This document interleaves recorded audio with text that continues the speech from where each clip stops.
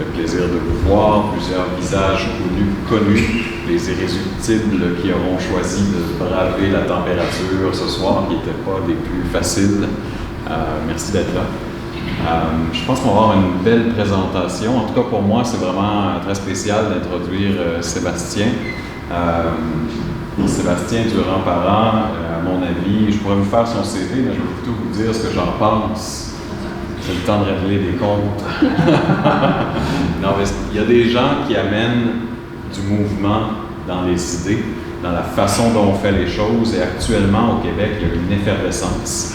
Il y a quelques semaines, on avait Richard Ryan avec nous, qui est, je vous dirais, quelqu'un que connaît très bien Sébastien, n'est-ce pas? Et à eux deux, ils ont fait beaucoup de choses. Sébastien, plus spécifiquement, a été dans le cabinet avec Ferrandez sur le plateau à Montréal, a été très, très impliqué dans l'urbanisme, dans les questions d'habitation, en comment on construit la ville pour les gens, pour mieux vivre avec la population, mettre la population au cœur des priorités. Aujourd'hui, Sébastien fait autre chose. Il mobilise ses études en littérature pour amener justement des idées, le verbe dans comment on pense l'habitation. Achat, qui est une alliance, je te dirais, je te laisse l'acronyme, je l'oublie à chaque fois, mais c'est essentiellement des OBNL qui ressemblent à Sémétis, qui se sont donné un défi, le défi d'amener du volume, une mise à l'échelle de l'économie sociale, du logement hors marché au Québec. Nous, on veut atteindre 20% de portes démarchandisées au Québec le plus rapidement possible. Et beaucoup des idées qui nous nourrissent. Moi, je le disais à Sébastien quand il a commencé à nous inviter à Montréal, je disais il faut qu'on puisse aller vous voir parce que c'est Noël, c'est le jour de l'an, c'est l'Halloween. On se trouve dans une salle avec plein de gens qui ont des débats, qui ont des préoccupations similaires aux nôtres, qui sont en train de défricher une nouvelle façon de faire. Donc, je tiens à le remercier pour tout le travail qu'il fait à l'achat et toute la nourriture intellectuelle qu'il nous partage depuis plus d'1 an maintenant. Ça fait combien de temps que tu es à l'achat? 2 ans et des poussières. 2 ans et des poussières. Comme le temps passe vite, je me rappelle quand tu as commencé. Donc, c'est pas 1 an, c'est 2 ans. Bon, voilà. Donc, sur ce, je te cède la parole et merci d'être venu nous visiter. C'est toujours un plaisir de te voir. Merci, Philippe.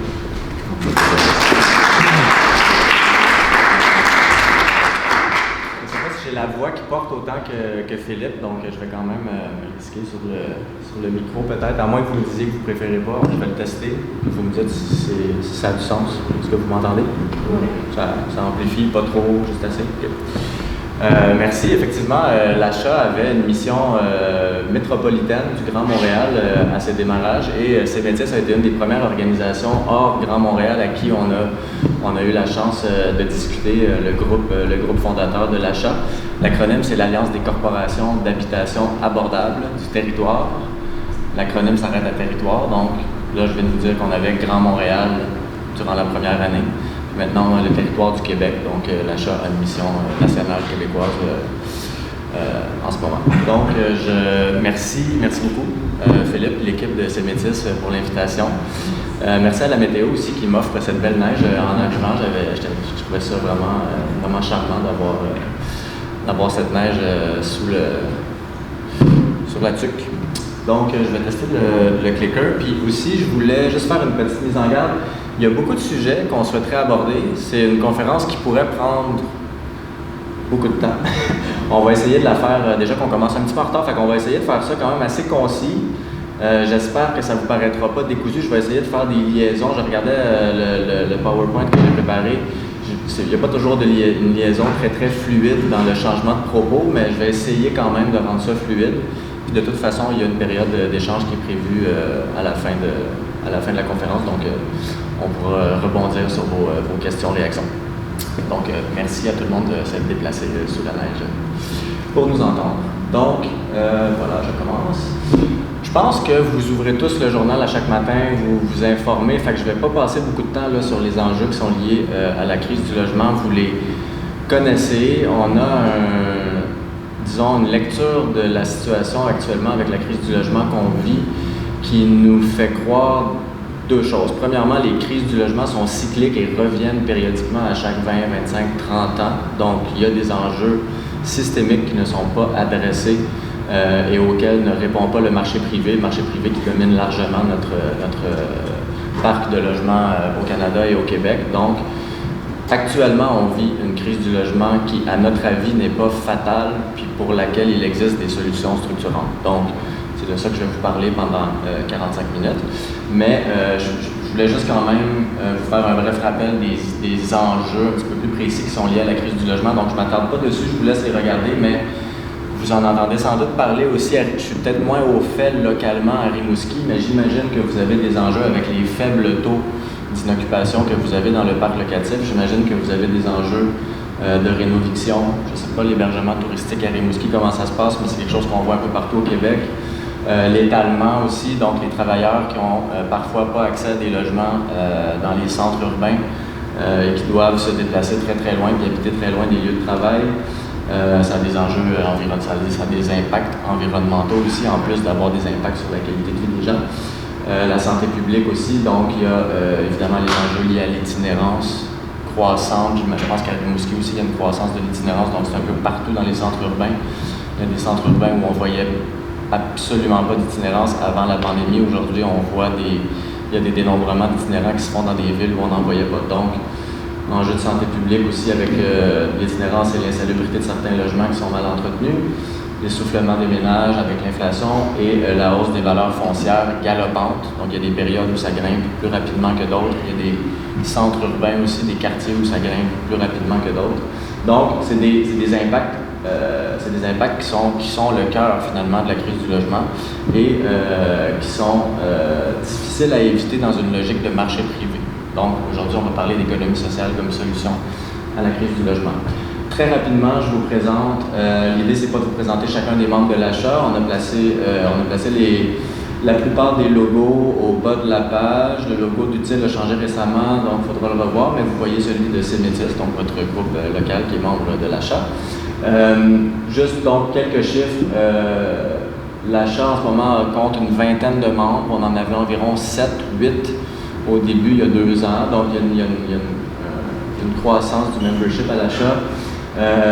On est le seul regroupement au Québec qui accueille des OBNL, des coopératives et des sociétés parapubliques. Donc, si vous connaissez un petit peu le secteur du logement communautaire, vous savez qu'on a des confédérations et des fédérations d'OSBL exclusivement, de coopératives exclusivement, et il y a aussi le regroupement des offices d'habitation. Donc, il y a des regroupements qui sont séparés par mode de teneur. À l'achat, on a une mission très, très précise, très orientée sur la croissance. Donc, on accueille toutes les sociétés immobilières à but non lucratif qui ont pour objectif de faire de la croissance continue et de mettre en place des stratégies de volume. C'est la raison pour laquelle on a des organisations qui ont 45 ans d'existence avec un gros parc de logements déjà en exploitation, comme par exemple Interloge ou Corporation Mainbourg qui ont autour de 1000 logements là, à Montréal, solides aussi. Donc il y a un mélange ici d'organisations plus âgées qui ont déjà un gros parc puis qui veulent grossir toujours de plus en plus vite, avec aussi des plus jeunes organisations comme Cemetis et d'autres que vous voyez peut-être là, que vous repérez peut-être, qui ont la même ambition, même si aujourd'hui ils n'opèrent pas un grand nombre de logements, ils ont l'ambition de créer un principe de développement continu. Donc, j'ai mis quelques chiffres, là, ça vous donne une idée un petit peu de ce que ça représente en ce moment en termes de logements en propriété, 7400. On évalue à peu près à 7000 nouvelles unités en développement quand on additionne l'ensemble des projets qui sont actuellement en développement chez nos membres. Il y a principalement du logement locatif. Il y a certaines organisations, surtout les plus jeunes organisations, qui réfléchissent à des modèles de propriété à but non lucratif aussi, propriété abordable, durable. Donc l'accès à la propriété, c'est un sujet qui intéresse plusieurs plus jeunes organisations, puis c'est un axe de travail qui est très intéressant. Donc, on le mentionne quand même qu'il y a du condo abordable durable. Dans certains cas, il y a du logement social au sens où on l'entend traditionnellement d'habitude, donc avec des services communautaires ou des services psychosociaux qui sont offerts à même les logements par des employés de l'organisation ou par des partenaires communautaires. Donc, dans certains cas, il y a des services aussi communautaires psychosociaux. Dans certains cas, il n'y en a pas. Puis vous voyez les populations cibles, donc à peu près toutes les populations vulnérables cibles que vous connaissez dans les programmes de subvention habituellement sont couvertes par l'un ou par l'autre de nos membres. Il y a plusieurs de nos membres qui ont plusieurs populations cibles à même leur parc, puis il y en a d'autres qui vont se concentrer sur une population cible comme Utile par exemple, qui va s'attarder aux étudiants Il y en a d'autres missions Oldbury qui s'intéressent particulièrement à Montréal aux personnes en situation d'itinérance ou à risque d'itinérance. Donc, en fait, vous voyez les phrases qui sont placées en gras juste au-dessus des logos. On pense que le modèle d'affaires en économie sociale est vraiment adapté à l'atteinte des objectifs publics, donc les objectifs que les municipalités se donnent en matière de logement, les objectifs que la province se donne, que le fédéral se donne pour essayer de répondre aux besoins des populations. C'est des stratégies qui ont souvent tourné autour du marché privé. Puis on a placé le logement social dans une petite case à côté en disant, ben, tu sais, des fois, il y a peut-être des petites miettes qu'il faudrait donner pour les gens qui n'ont vraiment pas d'argent. Donc, il y a un changement de paradigme que nous, on propose d'opérer avec nos membres. On pense qu'en économie sociale, si on adopte une posture plus entrepreneuriale, on peut vraiment s'attaquer à des crises aussi importantes et aussi importantes que celle du logement et du climat aussi. Voilà. Et l'abordabilité résidentielle pérenne, évidemment, si vous connaissez un peu le logement à but non lucratif, là, on construit l'abordabilité dans le temps grâce au modèle d'affaires. Donc, c'est vraiment la différence principale avec le marché privé. Il y a plein de choses que nos développeurs vivent et des contraintes qu'ils vivent sur le terrain quand ils développent des logements qui sont semblables à celles que connaît le marché privé. Par contre, la différence, c'est que le modèle à but non lucratif ne vise pas à maximiser les profits. Donc, le profit qui est maximisé, c'est le profit social. Et le projet, évidemment, doit être viable financièrement, comme tout bon projet qui tient la route. Mais la viabilité financière n'est pas placée au-dessus de la mission sociale. Voilà. Donc, le changement d'échelle, comme Philippe le disait en introduction, c'est vraiment dans l'ADN de l'achat. On a proposé dans une lettre ouverte en février 2022 de se fixer une cible minimale de 20%. Dans certains quartiers, dans certaines villes, ça pourrait être plus que ça parce qu'il y a des quartiers où on est déjà à 10-12% dans certains cas. Donc, il y a des endroits où il faut peut-être falloir viser un peu plus haut, mais on pense que quand on le regarde dans une logique de marché complet, de marché total, d'avoir 20% de logements à but non lucratif, ça vient stabiliser le marché, ça vient offrir une résilience sectorielle dans le secteur. Donc, on va en parler un petit peu plus en détail. On a étudié des sociétés en Europe qui ont atteint de telles cibles et ça donne des résultats très intéressants. On va en parler un petit peu. Un graphique pour illustrer ce que je disais précédemment, on construit l'abordabilité dans le temps, c'est très important de le mentionner. On voit parfois certains projets de logement à but non lucratif dits abordables qui sont livrés à des prix qui paraissent parfois à la population comme étant plus ou moins abordables, puis qui vont faire l'objet de critiques. Les gens vont dire, est-ce que c'est vraiment abordable, un loyer à Montréal à 1400 $, qui peut vraiment se payer ça? Est-ce que c'est vraiment du logement pour les plus vulnérables? Pas toujours, c'est vrai, mais il y a une démonstration importante à faire, puis nous, on en profite pour le rappeler à chaque fois qu'on a l'occasion, que un des principaux avantages du modèle d'affaires à but non lucratif, c'est qu'on construit l'abordabilité dans le temps. Donc, ce que vous voyez ici, par exemple, on a fait une projection sur 25 ans, donc des loyers qui seraient livrés à un prix plus ou moins rapproché du prix médian du marché privé par un OBNL versus le prix du marché privé qui est illustré ici par prix moyen SCHL, donc les projections de la SCHL, la Société canadienne d'hypothèques et de logement, qui a une équipe d'économistes qui font des projections sur les hausses de coûts de loyer. Donc, vous voyez ici que dans le temps, les loyers privés augmentent à une certaine vitesse, puis des fois, il y a des fluctuations, puis il y a des paliers, dépendamment du contexte économique, alors que le logement à but non lucratif, lui, va indexer progressivement ses loyers dans le temps, mais de manière beaucoup plus frugale, de telle sorte qu'à un moment donné, l'écart se creuse. Donc, un loyer qui va peut-être apparaître au jour 1, pas si abordable que ça, mais qui est opéré par un OBNL ou par une coop, dans 5 ans, dans 10 ans, son indice d'abordabilité va augmenter.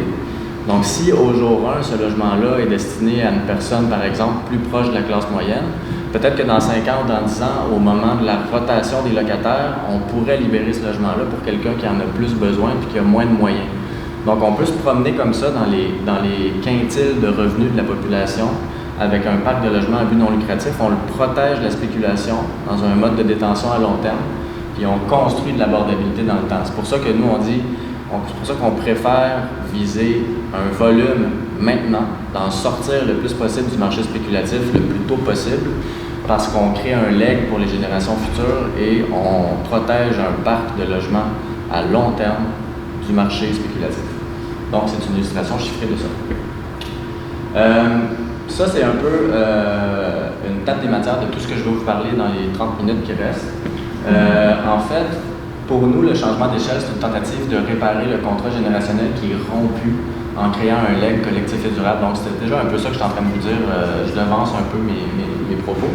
Il y a une logique d'infrastructure collective, selon nous, dans les investissements qu'on fait dans le parc de logement social ou abordable. On a déjà entendu certains gouvernements ou certains ministres du Conseil du Trésor considérer que c'était des dépenses, le logement social ou le logement à but non lucratif. Donc nous, on essaie de l'amener plus en logique d'infrastructure collective, un peu comme les municipalités qui investissent dans des infrastructures publiques.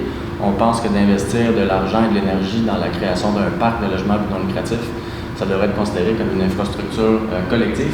Puis je donne le crédit du concept à Marie-Sophie Banville, que vous connaissez peut-être, qui est une chercheure super intéressante, qui en a parlé la semaine dernière à l'IRIS, donc je lui donne tout le crédit, j'ai même laissé son nom sur la slide, pour les gens qui étaient à l'IRIS la semaine dernière.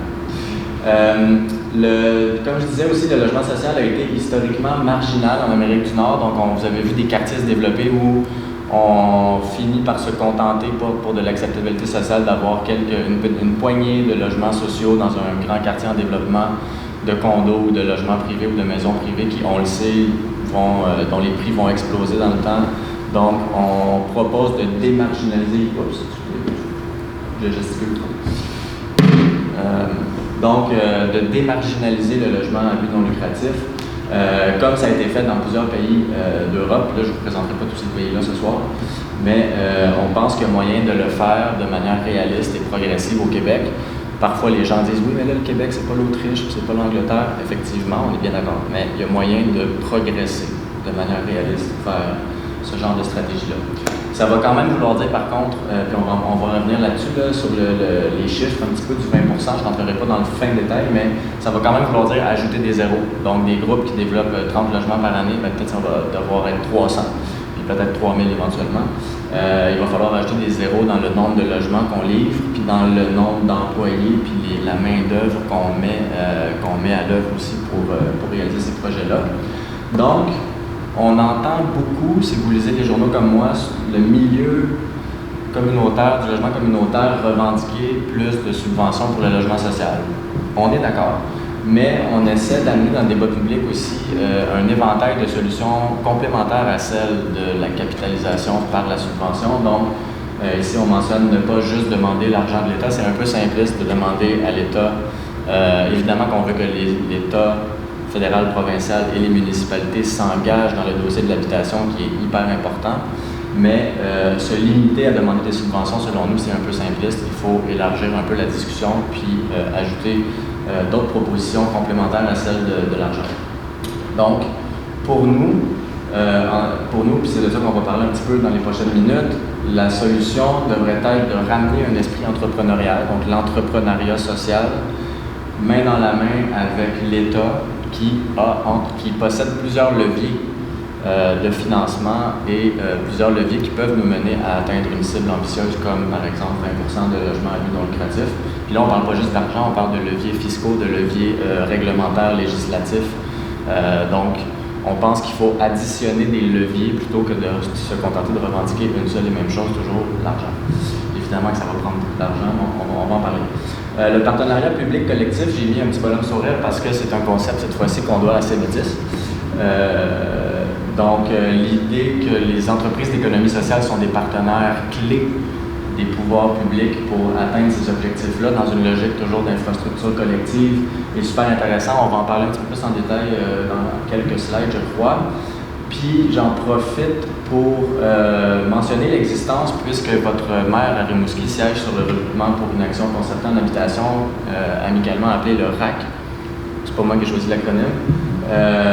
Qui est un groupe d'une vingtaine, peut-être une trentaine maintenant, d'organisations de tout horizon confondu. Il y a des groupes privés là-dedans, il y a des municipalités, il y a des groupes communautaires qui se concertent, qui fonctionnent par consensus, puis qui se concertent pour proposer une approche écosystémique aux différents partenaires, puis au pouvoir public. Donc, prennent le leadership en disant, nous, là, le privé puis le communautaire, on est prêts à travailler ensemble. On n'a pas les mêmes modèles d'affaires, on n'est pas toujours d'accord sur tout, mais on pense que la crise est tellement aiguë qu'on a au moins le devoir de se parler puis d'essayer de trouver des pistes de collaboration. Donc, c'est un peu ça l'esprit du RAC.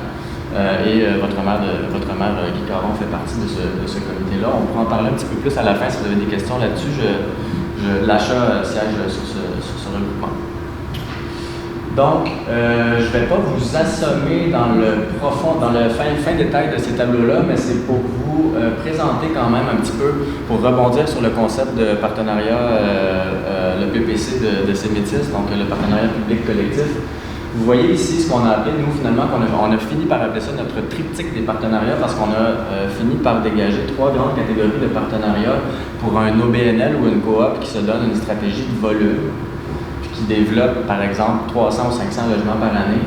Ben, quel genre de partenariat il peut développer pour atteindre ses objectifs? Donc, ici, vous voyez, je l'ai mis un petit peu plus gros en haut, là, le partenariat avec le secteur public. Donc, c'est la même logique dans les 3 tableaux. Vous voyez toujours à gauche l'expertise immobilière à but non lucratif. Donc là, on parle d'un OBNL professionnel, d'une coop professionnelle qui développe du volume. Puis à droite, une autre expertise. Donc, la bonne expertise au bon endroit, déjà, c'est le principe de base pour nous d'un bon partenariat. Puis on pense que si on veut atteindre des objectifs ambitieux comme 20 bien, il va falloir travailler ensemble puis arrêter de travailler chacun dans notre coin. Donc, ici, par exemple, vous voyez l'OBNL à gauche qui va s'asseoir avec une municipalité puis qui va dire OK, ben on est des partenaires, on a des objectifs communs, nous on veut faire beaucoup de logements, vous en voulez beaucoup aussi pour répondre aux besoins de votre population. Donc, chacun peut jouer un rôle là-dedans. L'OBNL peut, ou un GRT, ou différents groupes de développeurs de logements plus non lucratifs peuvent s'asseoir avec des groupes communautaires puis vraiment bien évaluer les besoins de la communauté, peuvent s'asseoir avec des partenaires privés dans certains cas pour dire ben vous avez des terrains, nous on a des terrains, est-ce qu'on fait un développement intégré, est-ce qu'il y a des partenariats à faire avec le développement d'un grand secteur, par exemple? Rattacher le financement, c'est pas le travail de la municipalité de faire ça, c'est le travail du développeur, c'est l'expertise du développeur. Le programme technique et fonctionnel sur un site, évidemment, ça revient au développeur. Ça peut discuter avec la municipalité, mais ça revient au développeur de le développer. Puis surtout, l'exploitation du projet à long terme. Donc, les municipalités ne vont pas se mettre à gérer des logements. Les offices le font pour ceux de la SHQ, mais c'est les OBNL et les coops qui sont les propriétaires à long terme des logements. Donc, vous voyez ici, là, je ne vais pas passer trop de temps parce qu'il y a plein d'autres choses que je veux vous dire. Juste ça, on peut en parler pendant des heures. Vous voyez à la droite de l'écran des exemples de partenariats qui existent déjà. Donc, je ne suis pas en train de dire que l'achat invente ces choses-là. C'est des pratiques qui existent déjà et qu'on voit depuis des années.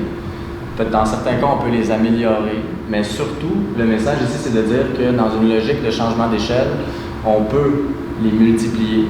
Puis on peut aussi apprendre les uns des autres, puis se les partager, ces bonnes pratiques-là. Donc, ce n'est pas des choses qui sont toujours connues par tous les groupes, puis dans toutes les régions du Québec non plus, mais c'est des choses qui peuvent être faites. Puis les petits groupes communautaires qui parfois ont des missions très spécifiques d'aide à la personne n'ont pas toujours le temps puis le désir de devenir des propriétaires de logements. Puis ils vont vraiment bénéficier de pouvoir s'appuyer sur un OBNL qui est propriétaire de plusieurs logements puis qui va s'occuper, par exemple, de la perception des loyers, de l'entretien de l'immeuble, des réparations, de la santé-sécurité dans l'immeuble, etc., etc. Donc, c'est un petit peu ce que vous voyez ici. J'aimerais beaucoup aussi vous glisser un petit mot. Sur le secteur privé, en fait, il y a aussi des partenariats possibles à développer entre OBNL et développeurs privés. Je pourrais en parler longtemps, mais la chose la plus importante à vous dire, c'est surtout que pour nous, il n'y a pas d'ambiguïté. Du logement abordable, c'est du logement à but non lucratif. Quand on dit que le privé peut contribuer, c'est qu'on peut se parler de développeur professionnel à développeur professionnel, mais pour nous, le logement abordable, le privé n'est pas du vrai logement abordable, puisque s'il est signé seulement pour 10 ans ou pour 15 ans, on ne sait pas ce qui va se passer avec dans 10 ans, dans 15 ans, donc on est peut-être en train de pelleter un problème en avant. C'est pas pour blâmer le secteur. Le secteur privé fonctionne comme ça, puis il n'y a pas personne qui va les forcer à maintenir ces logements-là pendant 50 ou 100 ans, alors que les OBNL et les coops, c'est leur mission, c'est leur ADN, c'est leur raison d'être. Donc ça, c'est vraiment un avantage compétitif qu'on a par rapport au secteur privé, le mode de détention à long terme. Donc, du logement abordable, pour nous, c'est du logement abordable pérenne, à but non lucratif. OK, là, tous assis, ça tombe bien parce que c'est... Là, on a des chiffres. Je vais vous parler un tout petit peu de l'Autriche, un pays qu'on a visité il y a un an, donc en octobre 2023. On a observé en Autriche, si vous regardez ce tableau-là, on s'est amusé à faire un comparatif des écosystèmes québécois et autrichiens. Vous voyez ici, je vous les passe un par un, puis vous allez voir. Donc, En Autriche, globalement, à peu près l'Autriche est un pays qui a une population à peu près équivalente à celle du Québec. Vienne est une ville qui a une population à peu près équivalente à celle de Montréal, donc on est vraiment dans des démographiques comparables. On parle aussi de deux nations riches de l'OCDE qui ont des gouvernements de centre-droit. Donc on n'est pas de centre-droite, pardon. Donc on n'est pas dans des comparatifs complètement débiles. C'est démographiquement, économiquement assez comparable. Il y a des choix différents qui ont été faits historiquement, par contre, depuis 1946. Au Québec, au Canada, on a commencé à faire du logement social en 1946. En 1946, en Autriche, il y en avait 45 000. Aujourd'hui, donc en 1946, eux, il y avait 45 000, nous, on avait 0. Aujourd'hui, il y en a 1 million, on en a 135 000. Disons 150 000, il y a des croisements de statistiques, mais ils ont fait des choix différents. Donc, aujourd'hui, en Autriche, l'année dernière, il nous disait, avec un peu de tristesse dans la voix, qu'il en faisait seulement 17 000 par année, parce qu'avant la pandémie, il était à 25 000. Au Québec, on en fait 2 000 là, à tout casser quand les gouvernements sont de bonne humeur, puis qu'ils mettent l'argent dans les programmes. Les trois colonnes ici, vous voyez, c'est les offices publics, les LPHA coopératifs comparables et les LPHA qui sont les Limited Profit Housing, le H, en c'est quoi, qui est à peu près l'équivalent des OBNL au Québec. Donc, vous voyez le nombre de propriétaires. Donc, la dernière colonne en bas, en gras, vous voyez le nombre de propriétaires à but non lucratif en Autriche avec la moyenne d'unités possédées par propriétaire.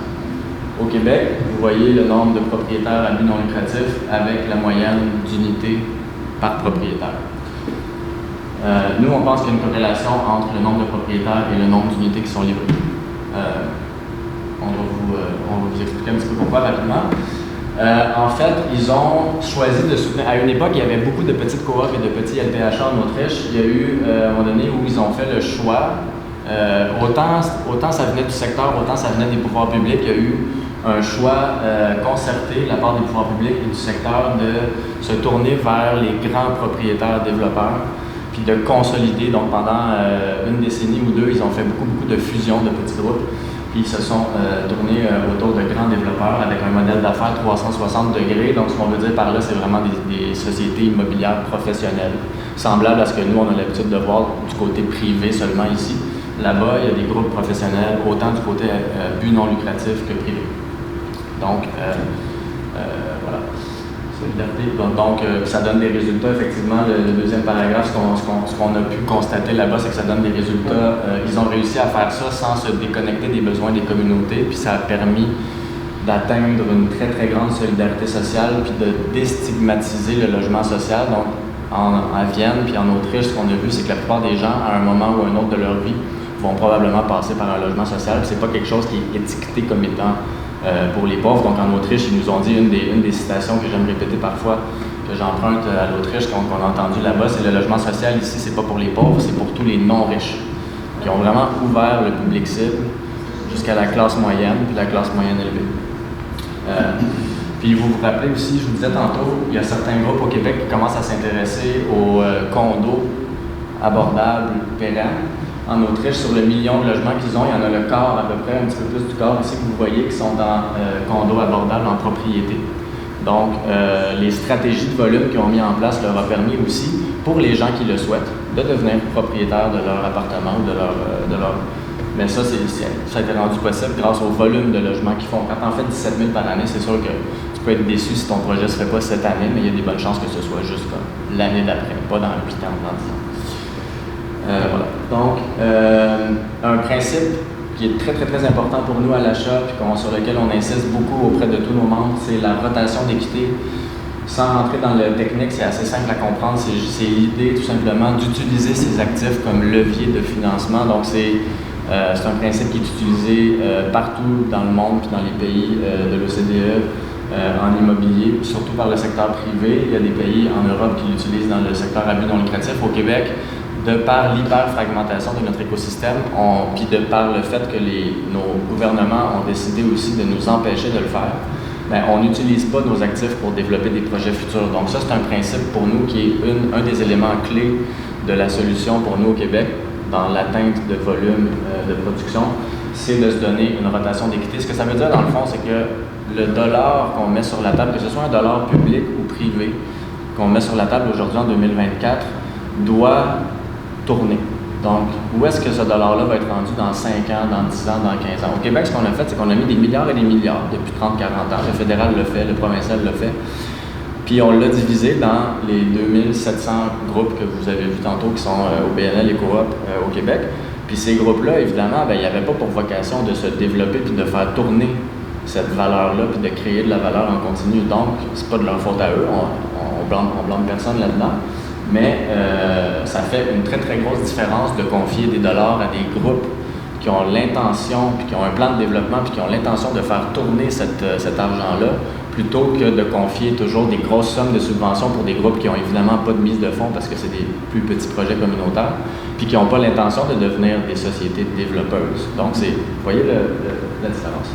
Pour nous, ça, c'est un contrat générationnel parce que les milliards qui ont été dépensés il y a 20 ans, il y a 30 ans, ont permis de développer un certain nombre de logements qu'on a vus au Québec, qui sont encore sur place. Il y en a un certain nombre qui sont en difficulté parce que, pour différentes raisons. Mais on n'a pas créé de contrat générationnel. Donc, on ne s'est pas assuré que cet argent-là allait fructifier comme on le voit dans le secteur privé ou comme on le voit dans certains pays d'Europe, comme en Autriche. Est-ce que j'ai dit... Oui, j'ai dit ce que j'avais à dire là-dessus. Pour terminer sur l'Autriche, peut-être que certains pourraient penser que l'Autriche est un des pays qui investit le plus dans le logement social. En fait, l'Autriche investit moins que la moyenne de l'Union européenne en logement social parce qu'ils peuvent s'appuyer sur un écosystème qui est robuste dans lequel ils ont investi depuis longtemps. Donc, probablement qu'à une époque, ils ont investi beaucoup, puis peut-être que l'Autriche a fait partie des pays qui ont investi le plus il y a 30 ans, il y a 40 ans, mais aujourd'hui, ils n'ont plus besoin d'investir autant parce que l'écosystème à lui seul génère 1 milliard d'euros d'équité propre, autonome, dans le secteur pour donc 1 milliard d'euros à chaque année. C'est 1 milliard à chaque année de nouvel argent qui est disponible dans leur secteur pour rénover puis développer des nouveaux projets, donc entretenir et développer des nouveaux projets. Donc, l'Autriche maintenant fait tourner l'argent public aussi. Ils font des prêts à 0%, des prêts à 1% à des groupes qui n'ont même plus besoin d'avoir de l'argent propre en subvention pour développer des projets. Des prêts à 0%, ça suffit. Puis en Autriche, c'est l'exact contraire du Québec. Si tu veux avoir accès à de l'argent public, tu es obligé de t'engager à développer en continu puis à réinvestir cet argent-là, alors qu'ici au Québec, les conventions de subvention nous interdisent de le faire pour l'instant. On espère que ça va changer. Voilà. Ceux qui ont... Ouais, bon, je ne rentrerai pas dans la différence entre Vienne et Montréal. Il y a des différences importantes entre Vienne et Montréal. Donc, je ne sais pas, en termes de temps, je suis rendu où? Il était 47? OK. Donc, en fait, ici, c'est quelque chose d'important. J'arrête pas de... je prends la peine de le mettre sur une slide parce que c'est une question qu'on se fait souvent poser. Fait que je la mets tout de suite sur la table. Si vous voulez qu'on en discute après. Il y a beaucoup de gens qui craignent que, c'est-à-dire qu'il y a quelque chose de très beau dans l'idée de faire du logement communautaire, de répondre aux besoins des communautés, Puis nous aussi, on aime ça. Par contre, puis donc une question qui nous vient souvent, c'est oui, mais si on encourage la montée de grands propriétaires développeurs, est-ce qu'on va se déconnecter des besoins locaux? Est-ce qu'on va vraiment répondre aux besoins des gens ou est-ce qu'on va plutôt juste répéter ce que le privé fait avec une petite touche plus sociale? Donc, à l'achat, on en parle de manière assez décomplexée qu'il faut soutenir la montée de grands propriétaires développeurs, pas par vanité, pas par ego, pas parce qu'on n'aime pas le small is beautiful, on aime le small is beautiful. Ce qu'on a vu en Autriche, puis ce qu'on a vu dans les pays européens qu'on a étudiés, c'est que l'un n'empêche pas l'autre. D'avoir une grande société immobilière à but non lucratif, professionnelle, ça donne juste plus de moyens de faire ce qu'on veut faire. Donc, si la mission de l'organisation, c'est de développer des milieux de vie complets avec les communautés, puis par exemple, une grande société qu'on a visitée en Autriche qui développe à peu près 1000-1200 logements par année, eux, ils se sont donné comme objectif dans leur projet de toujours développer un 20-25% de leurs unités qui sont vraiment pour des populations très vulnérables, puis ils font des partenariats avec des groupes communautaires ou avec des groupes, par exemple, qui veulent faire un cohabitat. Donc, on a visité une tour en Autriche de 14 ou 15 étages, je pense, puis ils avaient intégré dans leur projet, à la conception au début, un groupe de citoyens qui voulaient créer un cohabitat, puis ils leur ont confié un étage dans l'immeuble. Puis cet étage-là a été co-designé avec les citoyens, puis ils ont développé leur cohabitat dans la tour. Donc, c'est un immeuble locatif à but non lucratif, abordable, plutôt traditionnel avec un mix des familles, des aînés, etc.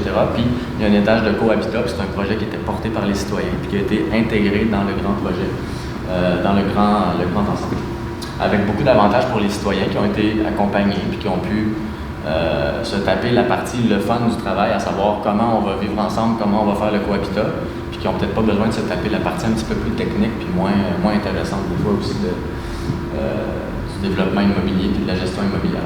Donc, beaucoup d'avantages ici que vous voyez dans le modèle. C'est pas être gros pour être gros, là, il y a des avantages réels. La structure organisationnelle d'une grande organisation offre des avantages, entre autres le pouvoir de marché, donc de pouvoir négocier. C'est sûr que quand tu vas t'asseoir devant ton banquier ou devant ton prêteur ou ton partenaire puis que tu développes, tu es capable de garantir un minimum de 500 logements livrés par année, ben, tu peux avoir des prix de gros. Tu peux réduire les coûts de construction puis ça va se traduire par peut-être plus d'abordabilité aussi. Même chose pour les produits financiers. Tu t'assois avec ton banquier, il va peut-être te réduire un petit peu les taux si tu empruntes beaucoup. Donc, il y a un pouvoir de marché. Ils nous ont beaucoup répété ça en Autriche, market power. Effectivement, c'est sûr que c'est plus difficile pour un petit groupe de citoyens. Maintien d'expertise permanente et amélioration continue. Donc, le modèle au Québec, c'est un projet, un groupe. Ça a été jusqu'à présent, traditionnellement, surtout un projet, un groupe, un projet, un groupe, un projet, un groupe. Donc, on repart toujours à zéro. C'est plus difficile de faire des apprentissages d'un projet à l'autre, alors que quand on a une société qui développe en continu, ben, il y a un maintien d'expertise en permanence, puis il y a de l'amélioration continue qui se fait de projet en projet aussi. Des flux de trésorerie positifs en exploitation, en développement. En immobilier, il y a deux manières de faire de l'argent, soit des honoraires de développement, soit des loyers. Donc, des loyers ou des ventes de condos, là, mais soit le logement ou les honoraires de développement. Donc, un grand propriétaire développeur qui fait les deux, ben, il se donne deux cordes à son arc en termes de revenus. Une boucle de rétroaction continue, ça je l'ai dit, entre l'exploitation à long terme et le développement. Donc pour nous, on pense qu'il y a beaucoup d'apprentissages qui se font entre les équipes de développement et les équipes d'exploitation. Au Québec, on a volontairement décidé, je ne sais pas pourquoi, je n'étais pas là, j'étais sûrement pas né, mais l'écosystème a été designé séparé. C'était des équipes de conception, des équipes d'exploitation, puis ils se parlaient une fois de temps en temps, mais pas tant que ça. Fait que tu as les OSBL opérateurs, fait que la SHQ avait des programmes pour financer les constructeurs, puis après ça, des programmes pour financer ceux qui accompagnent les propriétaires, puis ça se parlait pas toujours là. Donc, on pense qu'il y a un avantage à ce que dans la même organisation, on s'intéresse aux deux. Capacité de répondre aux besoins particuliers, je l'ai dit. Capacité de maintenir une vie associative dynamique, je l'ai un peu évoqué avec l'exemple du cohabitat là, en Autriche. Donc, le fait d'être gros, ça n'empêche pas la possibilité de garder une vie associative active puis intéressante pour ceux qui le souhaitent. Puis c'est pas tout le monde qui le souhaite. Ça a été dit aussi à l'IRIS la semaine dernière, des questions qui ont été posées. C'est pas tout le monde qui a envie de vivre non plus dans une coop puis avec une vie associative. Ceux qui ont envie de le faire devraient pouvoir le faire puis il faut l'offrir. Ceux qui ne veulent pas et qui veulent juste rester tranquilles chez eux, ben, ils ont besoin d'un logement abordable aussi. Capacité de collaborer avec les villes et le secteur privé, ben, pas besoin de vous dire que les conseillers municipaux à Vienne, ils étaient fiers et ils étaient très contents de nous présenter ces développeurs à but non lucratif-là qui emmènent large et qui développent beaucoup. C'est des bons partenaires. Donc, l'écosystème, c'est pas quelqu'un. On ne peut pas appeler lundi matin l'écosystème pour dire « Hey, buddy, il faudrait que tu changes ». C'est une addition d'organisation, c'est beaucoup de monde. Donc, nous, ce qu'on pense à l'achat, c'est qu'il faut soutenir autant les entreprises sociales que les projets de logement social. On parle souvent en termes de projets. Ces jours-ci, on a des discussions avec le chantier de l'économie sociale. Il y a un sommet qui s'en vient en mai 2025. Puis, dans le vocabulaire, on les sensibilise beaucoup à élargir la notion de projet de logement social parce qu'on a beaucoup pensé en termes de programmes de subvention, pas en termes de projets. On soutient des projets. Mais les projets sont portés par des groupes, puis par des entreprises. Puis là, au Québec, on est rendu à l'étape de se parler des entreprises, des groupes qui portent ces projets-là, puis qui les développent, puis qui les exploitent à long terme. Donc, capacité organisationnelle autant importante que les capacités financières. Si on s'intéresse juste aux outils de financement, puis pas aux groupes qui les utilisent, on n'y arrivera pas. Puis si on s'intéresse juste aux groupes, mais qu'on ne s'intéresse pas aux outils de financement, évidemment, on n'y arrivera pas non plus, ça prend de l'argent. Donc, voilà, le dernier paragraphe, ça va. La diversité, ouais, peut-être que je mentionnerais quand même, il n'y a pas non plus de modèle unique. Là, je dis beaucoup grande société immobilière, mais chacune a sa couleur, chacune a sa saveur, chacune a sa mission. Puis, il faut valoriser ça aussi. L'idée, c'est pas d'uniformiser. Oui, on va en faire 20%, puis c'est beaucoup. puis on va voir les chiffres dans un instant, mais ça n'empêche pas non plus ça n'empêche pas du tout de valoriser aussi la diversité des modèles et la diversité des approches. Tant qu'il y a du volume, puis tant qu'il y a des économies d'échelle, on est content. Donc, là, je ne ferai pas une blog trop longue sur ce qu'on fait à l'achat, mais je vous mentionne quand même que suite à tout ce que je viens de vous dire, nous, à l'achat, c'est notre mission principale de soutenir ce mouvement-là. Donc, on s'est donné un panier de services avec l'appui de la SCHL cette année, un projet qu'on a appelé Élan, un centre d'excellence en immobilier collectif, puis on essaie d'être très orienté sur les résultats. Donc, nous, ce qu'on veut, c'est prendre une organisation là où elle est rendue dans son niveau de maturité, que ce soit une vieille organisation ou une plus jeune, puis l'accompagner dans son parcours de professionnalisation pour l'autonomiser le plus possible. Donc, on ne veut pas créer une relation de dépendance avec nos membres. Au contraire, on veut les autonomiser puis qu'ils aient le moins besoin de nous possible. Donc, ici, il y a un parcours de professionnalisation que vous voyez qui se fait en 3 phases. Donc, diagnostic organisationnel ou analyse organisationnelle. Ensuite, on adopte un plan de développement organisationnel qui est la réponse opérationnelle à un objectif stratégique. Vous allez souvent entendre des groupes dire on veut faire 500 logements par année ou on veut en faire 1000 d'ici 2030, par exemple. D'accord, ça c'est facile à mettre dans une planification stratégique, mais quelles équipes ça vous prend derrière pour y arriver concrètement? C'est du travail, ça prend de l'argent, ça prend des expertises. Donc, le plan de développement organisationnel, la phase 2, il faut le financer. Ce plan-là, en général, on a observé que ça coûtait entre 1 et 3 millions à un OBNL pour financer sa croissance organisationnelle. Donc, il y a un montage financier à faire avec un mix de subventions ou prêts. Dans certains cas, ça peut être juste du prêt. Puis la mise en œuvre, c'est la gestion du changement. Puis vous vous doutez bien, ceux qui connaissaient des OBNL puis des coops, que des fois, c'est pas toujours facile avec la gouvernance, avec les employés qui sont là depuis longtemps. Changement de culture, on prend un virage plus entrepreneurial, on veut le développer maintenant. Il y a de la gestion du changement à faire. Donc, voilà, ça c'est ce qu'on fait à l'achat. Ce que ça donne, ici vous voyez le parcours Élan au centre de l'image qui est en train d'être améliorée. Je ne l'aime pas beaucoup cette image, mais elle dit quand même ce qu'elle dit, à part que les dollars ont l'air de drapeaux brésiliens.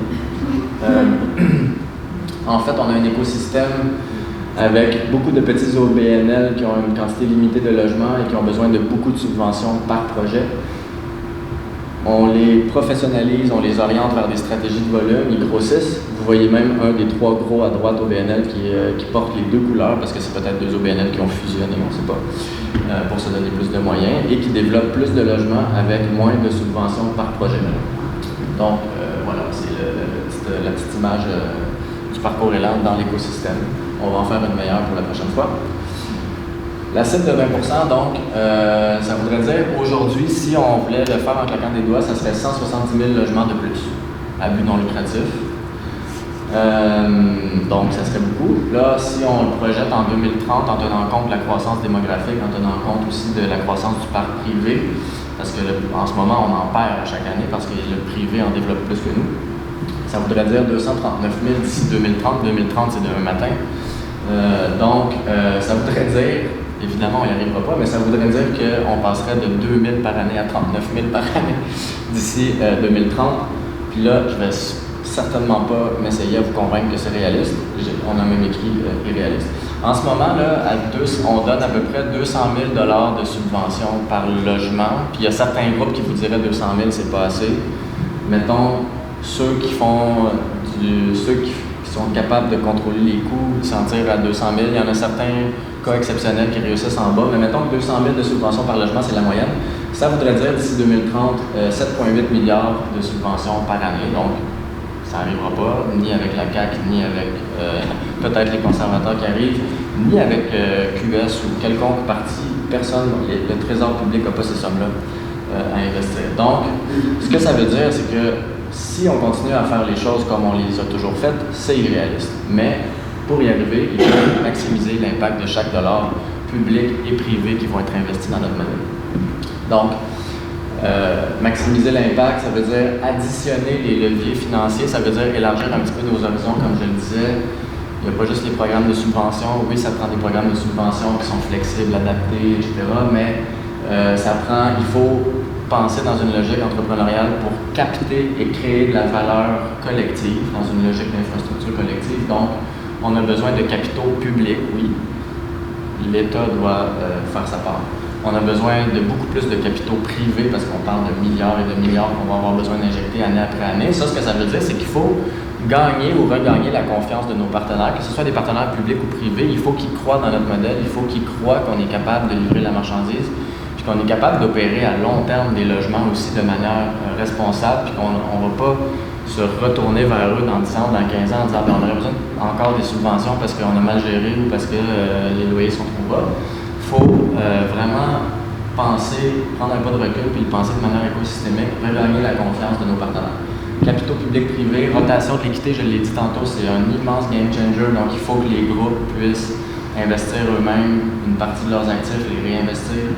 Une fiscalité, on pense qu'il y a plusieurs pistes aussi en matière de fiscalité à explorer qui peuvent être des leviers financiers, disons à coût nul pour les pouvoirs publics, dans le sens où ils peuvent décider de se priver de certains revenus futurs pendant un certain temps, des congés de taxes. C'est des choses qu'on voit parfois certaines villes qui vont donner un congé de taxes pendant quelques années au début, dans le goulot d'étranglement où le groupe a besoin d'un peu d'oxygène financière.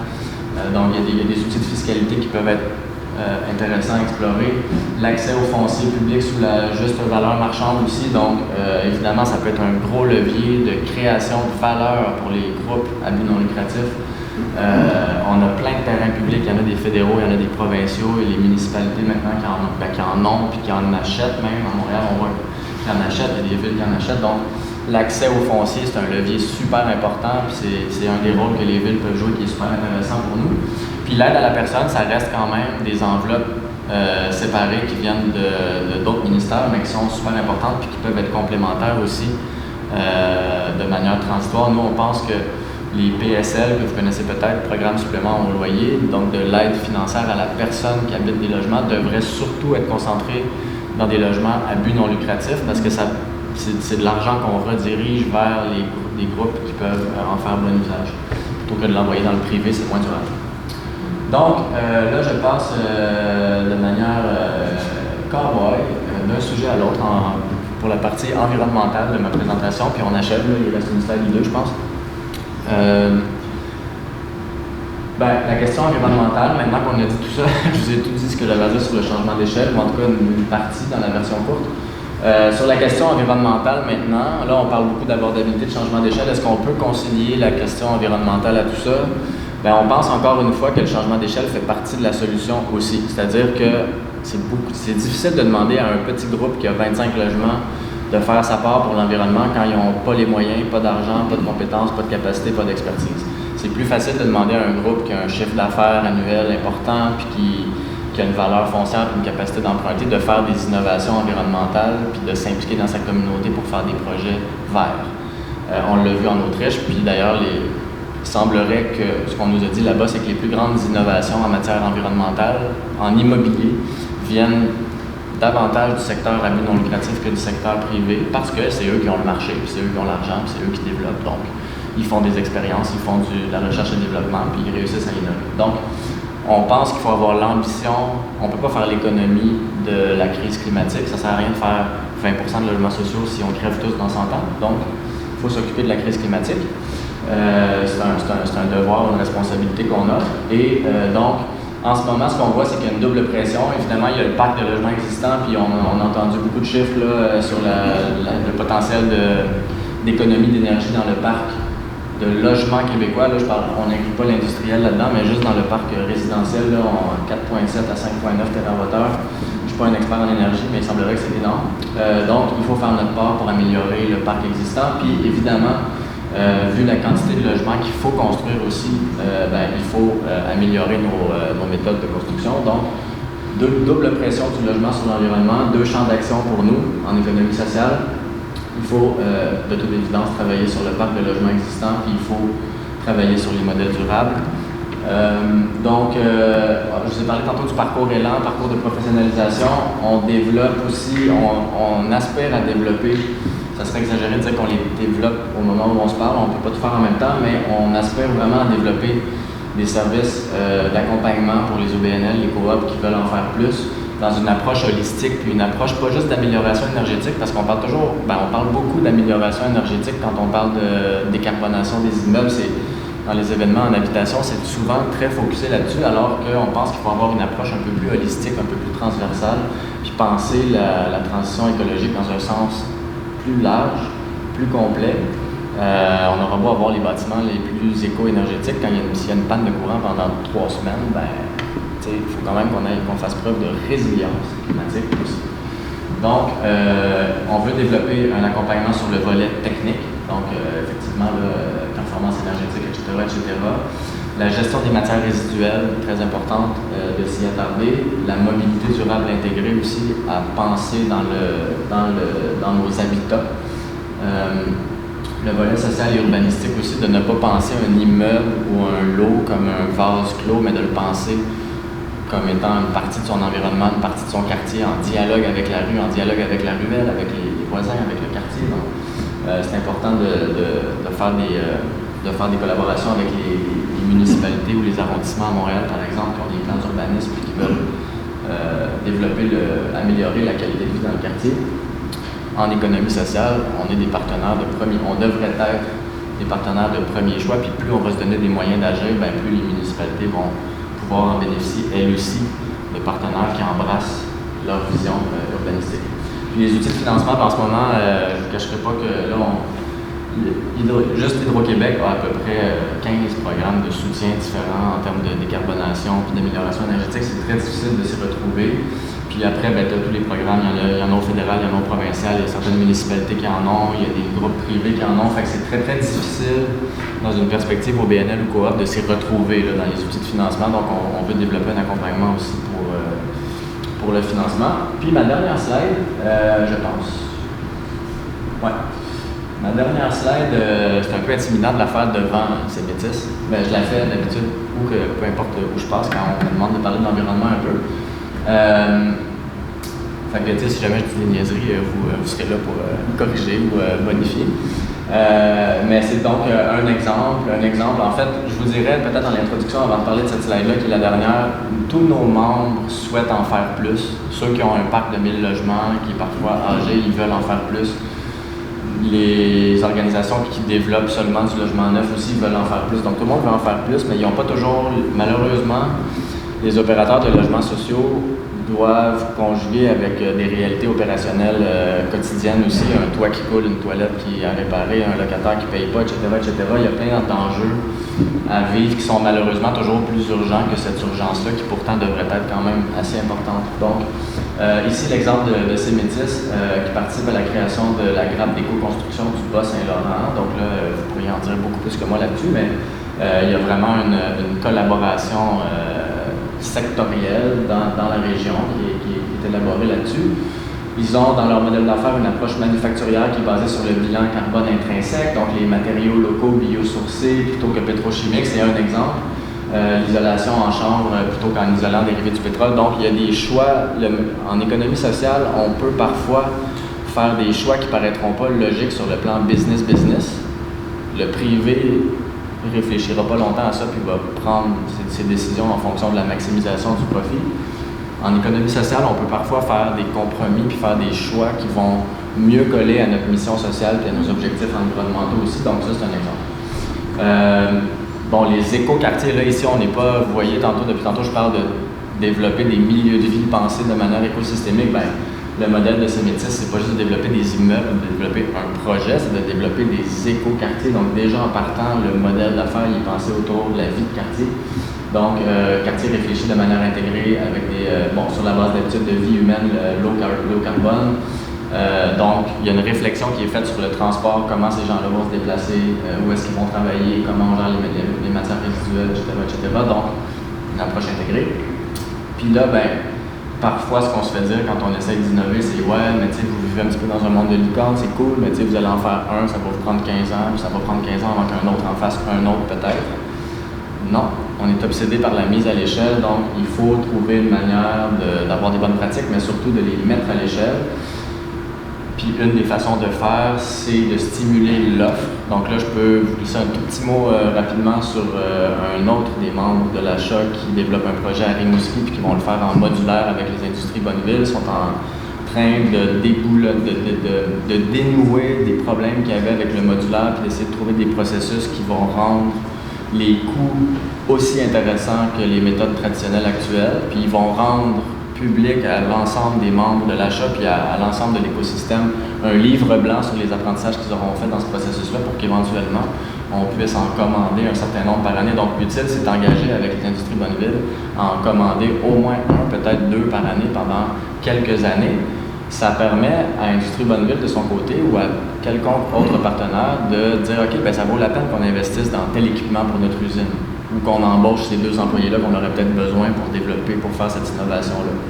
Donc, créer de la demande, donc stimuler l'offre avec une stabilité de la demande de la part de propriétaires, développeurs, c'est ce que l'Autriche fait. On a visité des quartiers où ils développent 75% de logements, des quartiers de 40 000 nouveaux résidents sur le terrain d'un ancien aéroport. Quartier sans voiture, 75% de logements à but non lucratif, c'est un consortium social qui le développe. C'est eux qui décident à qui ils donnent les lots privés. Ils font le lotissement pour le privé. C'est l'inverse complet de ce qu'on est habitué de voir au Québec.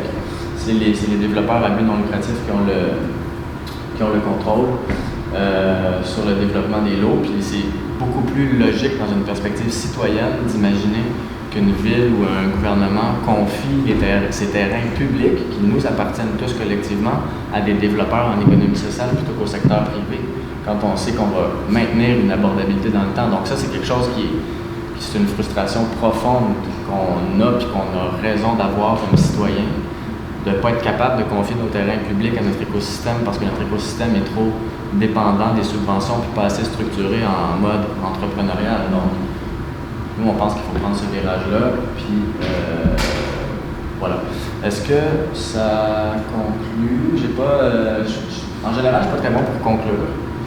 À ne pas se dire en anglais, mais ouais, voilà. Donc, ça conclut.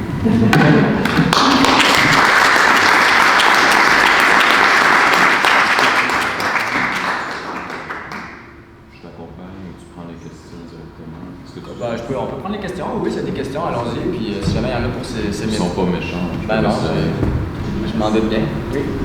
Quels sont les enjeux de gestion, de bonne gestion participative de ces structures-là?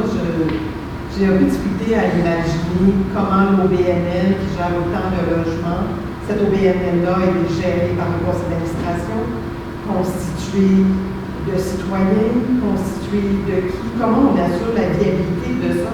Je pense à nos organismes communautaires qui sont essoufflés. Puis là, ce modèle propose d'augmenter le nombre d'organismes. Oui. Ben, il y a une variété de modèles. Là. Il n'y a pas de modèle unique. Donc, chaque organisation fait ses choix en matière de gouvernance. Il y en a qui vont intégrer des locataires sur le CA. Il y en a qui ont des modèles mixtes. Je pense à Interloge, par exemple, où il y a le comité logement Ville-Marie dans l'arrondissement qui siège sur le CA aussi. Donc, en général, je dirais la réponse, il n'y a pas de modèle unique. Il y a des gouvernances aussi qui ont évolué dans le temps pour des organisations qui ont 20, 25, 30 ans d'expérience. Ça a évolué au fil du temps aussi, la présence des membres sur le conseil d'administration. Mais l'idée, c'est d'essayer de garder quand même une place. Dans le modèle d'affaires, ils veulent offrir des logements de qualité puis créer des milieux de vie intéressants pour les locataires. Donc, la qualité du service offert aux locataires est super importante. Fait que souvent, ils vont choisir d'avoir au moins un représentant des locataires sur le CA. Des fois, il n'y en a pas, mais ils vont avoir des employés à l'interne qui s'assurent de faire de l'animation auprès des locataires. Donc, il y a une variété de modèles. Puis dans le cas de petites organisations qui vont fusionner, par exemple, vous connaissez peut-être le projet de La Visionnaire là, à Longueuil, où il y a 8 petites coops qui se sont fusionnées il y a 2 ans environ, justement dans le but de se donner plus de moyens, d'embaucher puis de développer d'autres projets dans le quartier. Ils sont en train de le faire puis ça marche.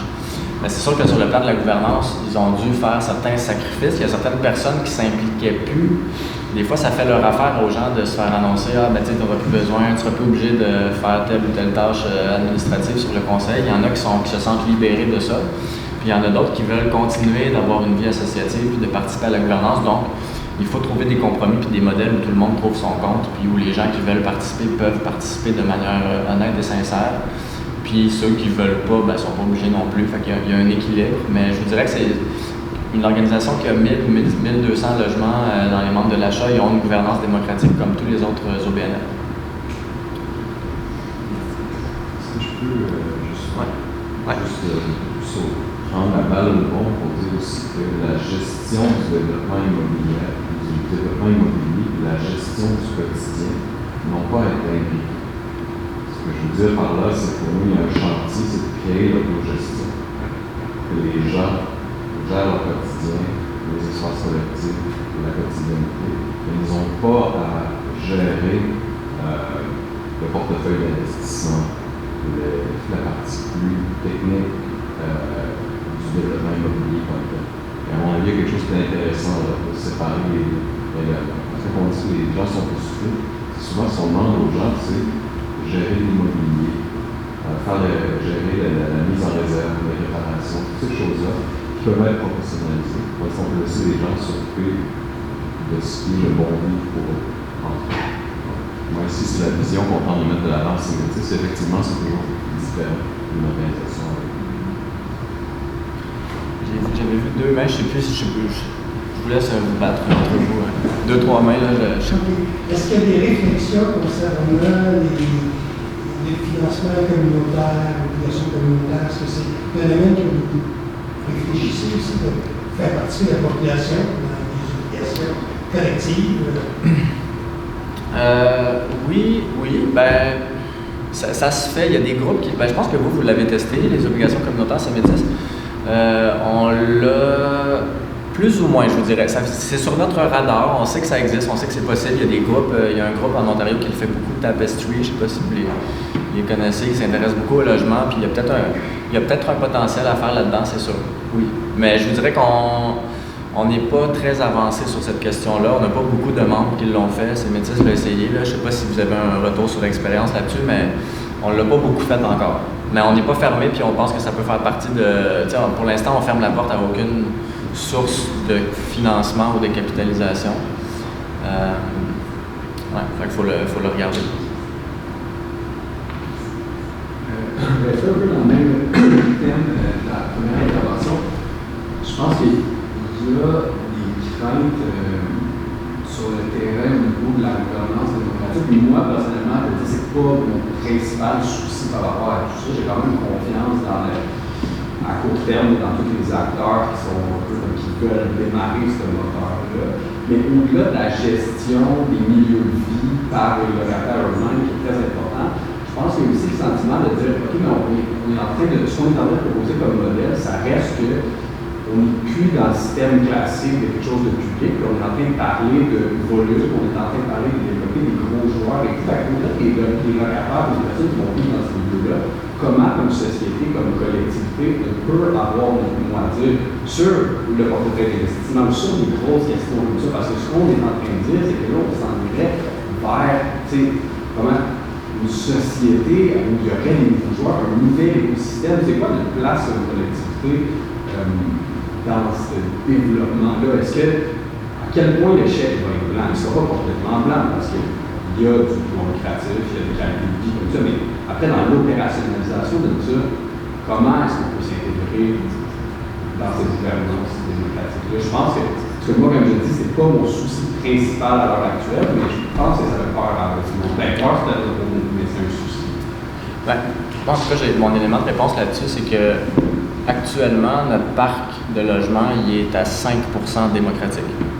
On a un modèle démocratique qui est marginal, puis on a des groupes qui n'ont pas de pouvoir d'action. Donc, ce qu'on voit depuis une couple d'années, depuis la pandémie, c'est qu'on n'arrive pas, notre secteur, puis là, je pointe personne du doigt, mais notre secteur n'arrive pas à répondre à la crise du logement. Fait qu'on est impuissant devant la montée de l'itinérance. On est impuissant devant le fait que nos projets sont bloqués pendant 8 ans ou pendant 10 ans parce qu'ils ont besoin de 250 000 ou 300 000 de subventions par logement puis qu'il n'y a pas d'autres moyens d'y arriver en ce moment. Donc, notre écosystème n'a pas de réponse à cette question-là démocratique en ce moment. Je trouve ça important c'est ce que je réponds en introduction à la question parce que moi aussi j'ai la même préoccupation. Je trouve ça important de démocratiser l'économie. Puis c'est ça l'économie sociale. Quand on dit on veut que l'économie sociale en habitation occupe 20% des parts de marché, ça veut dire qu'on veut démocratiser 20% du parc de logement. Après ça, dans le comment, moi je pense que c'est pas une question de taille. Il y a des grandes organisations qui peuvent être très démocratiques. Il y a des petites organisations qu'on connaît qui peuvent être très autoritaires, puis pas démocratiques, pas en tout. Fait que c'est pas nécessairement petit égale démocratique, grand égale non démocratique. C'est une question de gouvernance, justement, une question de la manière dont les choses sont faites. Fait que nous, à l'achat, on va tenter de benchmarker un peu c'est quoi les meilleures pratiques en termes de gouvernance. On a des organisations modèles qu'on trouve très intéressantes, qui connaissent déjà du succès, donc on n'a peut-être pas besoin de réinventer la roue. On peut conseiller des groupes en disant, vous pensez à vous inspirer un petit peu de ce que Solide fait ou de ce que c'est Métis fait avec les citoyens. Il y a plein de modèles qui peuvent s'adapter à certains contextes. Encore une fois, il n'y a pas de one size fits all, mais c'est un souci qui est partagé. Là. Il faut qu'on démocratise, mais c'est important de rappeler, par contre, s'il y a des groupes qui disent oui, mais on va perdre quelque chose qu'on a, ben en fait, moi, je trouve pas qu'on l'a tant que ça en ce moment. On est un peu impuissant. Fait que nous, ce qu'on propose, c'est de l'élargir, puis effectivement, il faudra faire attention à trouver des modèles qui sont démocratiques. Est-ce que tu me permets de faire aussi un petit peu, ramener une dimension ce qui m'intéresse tant d'avoir Sébastien ici, c'est que c'est comme des idées qui prennent forme dans notre territoire, en tout cas, c'est ce qu'on tente de faire. Donc, je tiens à prendre la balle bon. Nous, on regarde beaucoup le partenariat public-collectif pour ça aussi, parce que ça veut dire qu'il faut qu'on s'assoie, c'est la première étape. Puis, oui, il y a des questions financières, oui, il y a des questions réglementaires, pas quelque chose là-dedans, mais il y a aussi la question de la gouvernance de tout ça. C'est où qu'on s'en va ensemble et comment. Donc, si on en parle aux citoyens et citoyennes de Rimouski qui sont impliqués, ils sont au cœur de ça, de définir ça. C'est pas simple, mais on peut s'entendre dès le départ qu'il y aura partage des compétences, des pouvoirs sur la suite des choses. Et évidemment, c'est un balbutiement, on tente ces choses-là. On voit, Sébastien nous dit qu'il n'y a pas une recette actuellement, il faut le développer. Et nous, en Métis, on tente de trouver la façon de démocratiser l'urbanisme, le développement de quartier, tout ça. Ça peut être par la ville, ça peut être par des collectivités, mais il faut le passer ensemble. Et actuellement, oui, on vit cette peur-là. Elle est très, très forte. Mais nous, pourtant, on tente d'opérationnaliser ça en amenant la puissance de ce modèle-là, parce que je parle d'une certaine puissance d'agir qu'on tente d'amener. Donc, il faut continuer à l'explorer ensemble. Il y a beaucoup de chemin à faire ensemble, c'est pas facile. C'est un dialogue. C'est du travail, mais ça fait partie du modèle. Monsieur avait la main levée, mais je voulais juste ajouter un tout petit quelque chose là, avant de vous passer la parole. Mais en Autriche, on a vu, ils nous ont raconté aussi qu'à l'époque où ils ont fait beaucoup de fusions, ils ont laissé un droit de regard à certains groupes qui acceptaient d'être absorbés par des groupes plus gros sur les futurs projets de développement. Donc, ils ont dit, par exemple, vous avez une valeur de 10 millions, 20 millions, peu importe, ou moins. Puis, comme on vous intègre dans une structure de gouvernance, bien, vous avez un droit de regard sur le prochain ou les 2 prochains projets qu'on va développer. Donc, vous avez, si vous voulez qu'on aille dans telle ou telle direction, vous pouvez influencer. Donc, il y a un pouvoir d'influence qui a pu être concédé à des plus petits groupes qui acceptaient de se consolider comme ça. Donc, ça s'est fait en Autriche. Il n'y a rien qui nous empêcherait, je pense, d'étudier des modèles comme ça au Québec aussi. Monsieur qui a été patient. Je viens de dans la présentation de la conclusion de votre pérégrination en Autriche, la comparaison entre ces 2 écosystèmes-là. Puis, c'est comme frappant de voir les résultats, les statistiques entre ce pays sur sa capacité de créer de nouvelles unités annuellement versus le Québec, puis par cette fusion, cet écosystème qui est spécifique à cette qui est quelques gros acteurs du développement immobilier social. Par rapport au Québec, on est comme vraiment plus une constellation. Je vois que c'est un de vos axes de développement, en tout cas, qui peut être intéressant à suivre, à s'inspirer de l'Autriche. L'autre aspect, ce que je trouve intéressant aussi, c'est de se dire, on ne va pas se fier unilatéralement à l'attente des fonds publics pour le développement des unités de logement social. Allons-y vers, c'est ça que l'Autriche fait, sur sa capacité d'utiliser son actif, puis l'équité pour continuer à faire de l'investissement. Puis dans votre présentation, vous mentionniez que dans les ententes qu'il y a actuellement de financement des organismes publics pour le développement social, c'est pas possible actuellement. Donc, sur cet aspect spécifique-là, comment on peut parvenir à dénouer ça pour pouvoir aller de l'avant de la manière autrichienne.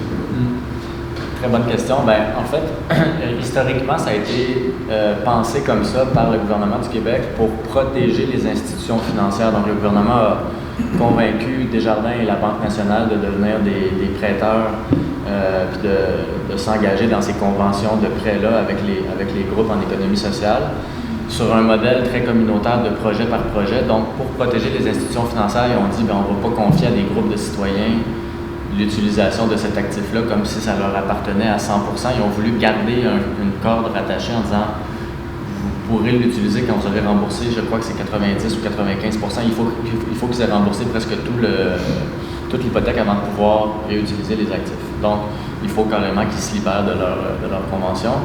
Ça a été fait comme ça, donc, à une époque avec une mentalité qui était celle de l'époque. Maintenant, il y a de l'ouverture. On entend, il y a des groupes qui ont déjà réussi à la pièce à renégocier des conventions, à les rouvrir puis à utiliser leur équité. Donc, ça s'est déjà fait. De manière écosystémique, c'est encore bloqué. Là. Donc, il y a des milliards d'actifs en ce moment qui dorment, qui sont pas utilisés. Il y a des projets qui émergent comme Plancher, le fonds Plancher, par exemple, qui vise à débloquer, se mettre en commun, là, puis mutualiser ces actifs-là pour pouvoir les utiliser. Mais il y a de l'ouverture du côté du gouvernement, puis je pense que c'est un dossier qui pourrait progresser dans les prochaines années, espérons-le, le plus tôt possible. Nous, on s'en cache pas, ça fait partie on l'inscrit toujours dans nos mémoires, puis nos représentations publiques, c'est une revendication transparente là, de l'achat. Mais par contre, on ne recommande pas au gouvernement de l'ouvrir de manière unilatérale à tous. Il faut qu'ils l'ouvrent à des groupes qui ont démontré une capacité de faire une saine gestion de leurs actifs, évidemment. On ne va pas se créer plus de problèmes. Donc voilà, ouais, ça pourrait progresser, je pense. Puis ça serait un des leviers assez faciles à aller chercher qui ne coûterait pas un sou au trésor public. Le trésor public n'est pas infini en ce moment, mais ça ne coûterait pas un sou au trésor public, puis ça viendrait nous ajouter un levier assez rapidement dans l'écosystème. C'est quoi le pourcentage de virage dans le modèle fiducie pour vraiment aider les logements sociaux? Qui font ça? Fiducie agricole, fiducie logement? Il y en a, ça émerge aussi. Là, parmi nos membres, il y a Territoire solidaire qui est dans Brome-Missisquoi qui développe un projet de FUS, de fiducie d'utilité sociale. Donc, ça peut faire partie des modèles. Le défi, à notre avis, donc on est très ouvert aux fiducies aussi, c'est non spéculatif, ça vient le figer. Le défi avec les fiducies, je pense, puis là, il faut travailler, en fait, c'est de l'innovation bancaire parce que les fiducies viennent vraiment geler la propriété à tout jamais. Puis quand on transpose ce principe-là légal qui est intéressant en se disant on veut protéger à tout jamais, dans une logique bancaire, ça devient plus compliqué parce que les banques prêtent sur la valeur potentielle de revente. Donc si un projet plante, puis que la banque veut saisir ton bien pour le revendre, avec une fiducie, il faut qu'ils passent devant un juge. Ils ne peuvent pas, en fait. La fiducie est plus forte que la banque. Fait que là, le problème, c'est que les banques vont dire c'est vraiment cool ta fiducie, mais je suis pas sûr que je vais vouloir te prêter sur la valeur de ce terrain-là, alors que pour un OBNL ou une coop, c'est plus comme un modèle privé, mais à but non lucratif. Donc, les banques nous prêtent et nous font confiance dans une logique plus de marché. Donc, c'est des questions à regarder. Je pense pas que c'est un frein absolu. Je pense qu'on peut trouver des solutions avec les institutions bancaires. Puis Desjardins, je crois, est en train de travailler sur des solutions là-dessus. Donc, c'est une voie qui est... Ouais. Il y en a qui le font. Il y a différents modèles. Il faut juste s'assurer, nous en tout cas, le bout sur lequel on va insister là-dessus, c'est juste de s'assurer qu'on puisse utiliser la valeur de ces actifs-là pour développer d'autres projets. Si on peut les protéger à long terme dans des fiducies, c'est très bien. Il n'y a pas de personne ne veut que ces projets-là retombent dans le secteur privé. Mais cela dit, c'est très rare aussi que des OBNL ou des coops, à moins d'avoir des difficultés financières, mais des OBNL ou des coops professionnels qui gèrent bien leurs actifs n'ont aucun intérêt à vendre. C'est pas dans leur mission. Donc, c'est très rare quand même qu'on va voir des OBNL coops qui vendent.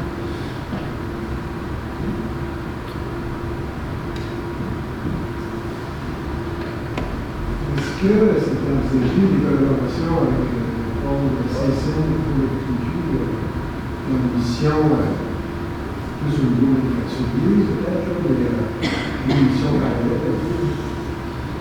Oui, il y a beaucoup de discussions avec plein de partenaires, les fonds de pension, les partenaires, le milieu de la philanthropie s'intéresse beaucoup à l'habitation puis veut participer, les fonds de pension, les grands syndicats.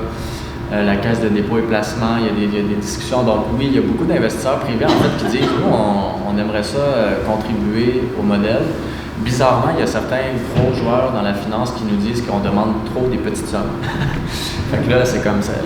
Le défi est un peu de notre côté aussi de dire, ben là, il faut vraiment qu'on se donne des ambitions, de grandes ambitions.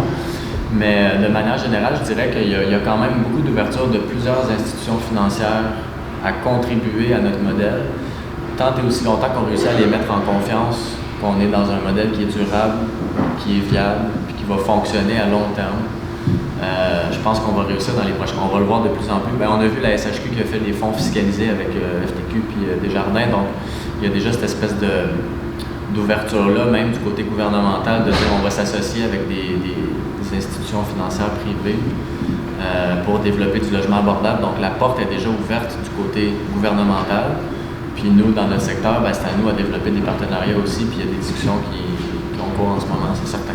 Ouais, il va falloir, dans toutes les, vous avez vu les sommes pour le 20 là, il y a une partie qui va être en subvention, c'est certain. Il faut maximiser l'impact des subventions, mais ça va prendre beaucoup de dollars privés aussi, là, des milliards. Oui, je sais pas si... Ah ben, tu n'as pas posé de question, Philippe? C'est la conférence, une question qui sort un peu de journal sur le 20% dans l'objectif atteint. Est-ce qu'avec les membres actuels de l'achat, puis avec les gains potentiels, on peut se changer avec le système, par exemple, le droit de financer l'emploi, dans la feuille de route 2030, 20%, est-ce que tu penses que ça va passer plus... est-ce que vous avez analysé que ça va passer plus dans la construction entièrement neuve, dans le rachat dans le secteur privé pour atteindre, si on veut, le 20%? Ça a été évalué où les deux voies sont posées, où ça doit dépendre des groupes, des secteurs géographiques? Parce qu'il y a peut-être des gains plus faciles à court moyen terme dans le secteur de l'autre. Exact. Ben, il n'y a pas de réponse uniforme pour le territoire du Québec parce qu'il y a des réalités régionales particulières. Même à Montréal, on peut le diviser quasiment par arrondissement. La cible de 20 on a un gestionnaire et analyste de données interne maintenant à l'achat qui est en train de travailler à chiffrer la cible de 20 à Montréal, arrondissement par arrondissement, puis au Québec, grande municipalité par grande municipalité. Puis c'est sûr que quand une ville a un grand secteur en développement qui va faire pousser quelques milliers de logements d'un coup, ça vient jouer dans les données puis dans les objectifs qu'on peut se donner, disons, d'ici 2030 ou d'ici 2050. Fait que là, il n'y aura pas de one size fits all. C'est sûr que ce qu'on peut dire qui est clair puis qu'on observe déjà, c'est que faire de l'acquisition dans l'existant, ça coûte moins cher par logement. Ça coûte moins cher en subvention, puis ça va plus vite. On peut, à chaque année, si on tombe sur, comme par exemple, Corporation Maimbourg à Rivière-des-Prairies à Montréal ou Solide à Drummondville en 2023, chacun a acheté une entreprise immobilière complète, des petites entreprises immobilières familiales, mais quand même de quelques centaines de logements. Là, Solide, c'était 400 logements à Drummondville, 1% du parc de logements de Drummondville dans une transaction. Corporation Maimbourg ont acheté 728 logements d'un coup à une entreprise immobilière ontarienne qui avait ce morceau-là au Québec, c'était leurs seuls actifs au Québec, fait qu'ils s'en sont débarrassés dans la foulée après la pandémie. Donc, c'est sûr que ça vient... Ça, c'était 1,8% du parc de logement dans Rivière-des-Prairies, dans cet arrondissement-là à Montréal. Fait que c'est sûr que des grosses transactions comme ça peut venir booster les données assez rapidement, mais est-ce que ça va être le cas partout, tout le temps? Ben non, parce qu'il n'y a pas les mêmes opportunités de marché partout. Fait que ça va dépendre. Mais c'est sûr que nous, grosso modo, on pense que le 20%, on pourrait y arriver à peu près avec 75% d'acquisition puis 25% de construction neuve. Mais ça veut dire aussi que l'effort de guerre il est vraiment gros dans la construction parce qu'en ce moment, c'est le privé qui est la locomotive. Puis nous, ce qu'on dit, c'est qu'il faudrait, là, dans un monde idéal, il faudrait qu'on en développe autant, ou en tout cas tendre vers autant que le privé à chaque année dans le neuf. Est-ce qu'on va y arriver? Je ne sais pas, mais en tout cas, nous, on l'évalue à peu près, grosso modo, à 75-25. 75 acquisitions, 25% construction neuve. Il y avait une autre question. J'ai comme une question en commentaire. Le 20%, justement, quand on dit 20% hors marché, le critère pour définir ce qui est hors marché, c'est-tu la propriété à but lucratif? Ou il y a d'autres critères? Non, pour nous, c'est vraiment donc le logement à but non lucratif. Pour nous, ça englobe tout. Donc, c'est vraiment OBNL, coop, les offices municipaux ou les autres sociétés parapubliques. Là. Il n'y en a pas beaucoup d'autres au Québec à part les offices. Là. Il y a à Montréal, il y a la SHDM, à Québec, il y a une société d'habitation aussi. Peut-être qu'il y en a quelques autres au Québec que je ne connais pas, mais donc tout ce qui est vraiment hors marché spéculatif. Nous, le 20 ça rentre là-dedans. Les fiducies pourraient rentrer là-dedans aussi. Vous allez voir où ce que je m'en vais, là, comme vous devenez des jeux aussi, c'est que je mets le cap sur table, je n'essaie pas en ce moment de confronter des modèles, dire que c'est juste vraiment comme moi j'aime l'idée de complémentarité que vous avez amenée, mais je pense qu'on a, c'est vite dit, on a du travail à faire pour voir comment cette de 20% de logements hors marché, mais on ajoute dans notre conception d'un hors marché idéal un prix du loyer qui serait déterminé sur la capacité à payer les gens. Ça, nous, c'est très important. Là, on a des programmes subventionnés par le gouvernement qui permettent aux gens de 25 à 30% de leurs revenus sont payés en loyer, le reste est assuré par l'État. C'est là qu'on appelle, c'est ça qu'on dit du logement social. Notre cible de 20% inclurait également ça. Et là, où est mon inquiétude, c'est que quand vous faites l'analyse, c'est beaucoup par rapport au marché privé. Puis avec raison, si on regarde ce qui se passe dans les faits, c'est eux autres qui rêvent tout, puis c'est eux autres qui viennent tout. Donc, je veux dire, je partage vraiment l'importance, je regarde, j'ai des notes en même temps pour communiquer, mais l'importance du virage du privé vers le non lucratif, spécifiquement, moi j'aime beaucoup, pour vrai, les PSL réservés à du non lucratif. Ça peut être mis en œuvre relativement à court terme, c'est une orientation qu'on pourrait prendre, qui pourrait avoir une grosse différence. De ce côté-là, j'appuie à 100%, mais puis là, je vais peut-être interrompre mon commentaire pour une autre question. Est-ce qu'à l'achat, les membres, je ne sais pas, mais est-ce que vous partagez le constat que le gouvernement du Québec est en train de chercher par différents moyens à se retirer de ce modèle-là du logement social subventionné où le prix de loyer est basé sur la capacité à payer les gens? Bien, il n'y a jamais eu de logement développé dont les prix de loyer sont fixés sur la capacité de payer sans PSL. C'est toujours le PSL qui est venu permettre qu'un locataire vulnérable paye 25% de ses revenus. Donc la combinaison aide à la personne et aide à la pierre a toujours été. Même quand on a commencé avec les offices puis le logement social public géré par les offices, ça a toujours été une combinaison du PSL et de l'aide à la pierre. Donc,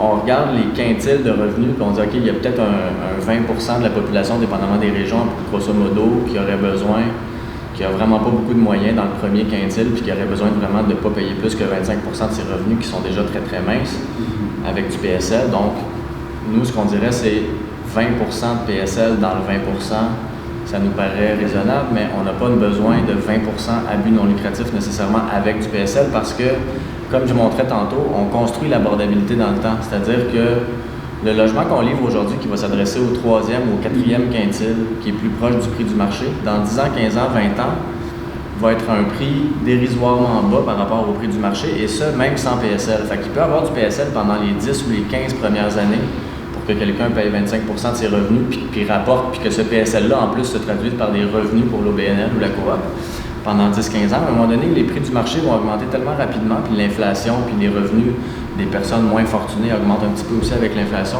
moins vite malheureusement que les riches, mais bon. Et donc, il y a certains logements par exemple, qu'Interloge détient à Montréal depuis 40 ans ou 45 ans, qui ont des prix vraiment très très bas puis qui sont libres de dette. Fait que ces logements-là, ils n'ont même pas besoin de PSL, ils abritent déjà des gens qui sont très très vulnérables, qui payent à peu près 25% de leurs revenus sans PSL. Puis ces immeubles-là génèrent des surplus en plus pour Interloge. Fait que là, on a vraiment une formule. Dans le fond, notre meilleur ami, c'est le temps. C'est le temps. Il faut construire un parc de logements, puis dans 40-45 ans, on va avoir des loyers abordables de manière naturelle, sans subvention, qui vont générer des surplus, puis qui vont nous permettre d'en développer d'autres pour les générations futures. Fait que nous, on n'est pas... on collabore avec le Frappru, on parle beaucoup avec l'équipe du Frappru sur la cible de 20%, là, on les connaît bien, puis on s'entend bien. Mais c'est ça, donc je dirais, nous, on recommanderait à peu près, dans des logiques de volume, on pense qu'il faudrait toujours garder idéalement de la place pour 25% des personnes les plus vulnérables avec du PSL, puis pour avoir une mixité, puis après, tu peux intégrer d'autres populations cibles qui ont un petit peu plus de revenus. Ouais, ça serait ça. Tu sais, je trouve que ça se tient, je sais pas, peut-être que moi je pourrais dire, mais ça serait mieux qu'on dise 40 dans tout le but. Tu sais, si on peut avoir ces débats-là, c'est simple, on peut marcher dans une direction. Mais je pense que, puis là, en le temps, on en discute, je vois que tout le monde dans la salle, ils sont beaucoup plus informés que la moyenne de la population et même de nos décideurs sur ces enjeux quasiment techniques-là, administratifs et tout. Mais ce que j'ai comme l'impression Les deux sont absolument utiles dans la discussion publique. Puis au final, il faut évidemment continuer à prioriser les personnes vulnérables. Là, nous, on fait très attention il s'agit d'ouvrir un de nos mémoires pour voir qu'on demande beaucoup de choses à l'État, en fait. Donc, c'est une question d'angle de ce qu'on demande à l'État. Nous, c'est sûr qu'on essaye d'ouvrir le dialogue en mode partenarial en disant voici ce qu'on pense que vous pourriez faire. Il y a beaucoup de choses que vous pourriez faire. Donc, pas juste nécessairement d'investir de l'argent, mais aussi ça. Puis voici ce que nous, on est prêts en échange à faire différemment aussi pour atteindre les meilleurs résultats. Les meilleurs résultats, on est d'accord sur le fond, on veut faire plus de logements pour les personnes vulnérables. En ce moment, on ne répond pas aux besoins des personnes. On a de la misère à en faire 2000 des logements par année, puis alors que les besoins sont gargantuesques. Donc, il faut qu'on s'assoie comme des adultes, le secteur et les gouvernements, puis qu'on dise comment on peut mettre nos forces et nos faiblesses, mais comment on peut se parler honnêtement de nos forces, nos faiblesses, puis additionner les leviers dont on dispose chacun. Donc nous, on a une posture de responsabilisation quand même, puis on pense qu'il y a des choses que nous aussi, on doit changer dans notre manière de faire. Puis en échange, on vous demande à vous, au gouvernement, de faire telle et telle chose différemment. Mais on ne demande pas du tout un désengagement de l'État. Au contraire, la cible de 20%, nous, il n'y a pas grand monde qui en parlait en février 2023 quand on l'a lancé dans la presse. Je sais que le FRAPRE avait déjà eu cette cible-là il y a 30 ans, genre. Mais tu sais, ça faisait longtemps que les gens parlaient plus de la cible de 20%. Là, on l'a ramené de l'avant parce qu'on voulait élever la discussion à un niveau d'ambition vraiment très, très grand. Puis c'est des préoccupations hyper légitimes. On est très sensible à ça. C'est important de mentionner qu'on veut que les États, donc fédéral, provincial et municipalité restent très engagés dans la question du logement. C'est hyper important. Je trouve ça très intéressant ce qui est présenté, découvrir l'écosystème qui existe déjà, sur lequel on peut passer. J'imagine que là, il y a plein de choses que vous ne maîtrisez pas, mais vous avez sans doute une stratégie pour des étapes à l'intérieur de vous autres que vous voyez de moment important. Dans le futur, comment ça se présente? C'est intéressant, mais il y a encore beaucoup de choses à voir. Nous, une réponse courte encore, parce que je sens que les gens sont peut-être un peu fatigués, là, et je m'inclus dans le lot. Mais nous, on a trois chantiers de travail principaux. C'est l'influence. Donc, c'est sûr qu'il faut faire évoluer la culture dans notre écosystème. Il faut faire évoluer les mentalités du côté des pouvoirs publics aussi. Donc, il y a 2 élections en 2025, fédérale et municipale. Puis en 2026, il y aura le provincial. C'est sûr qu'il faut...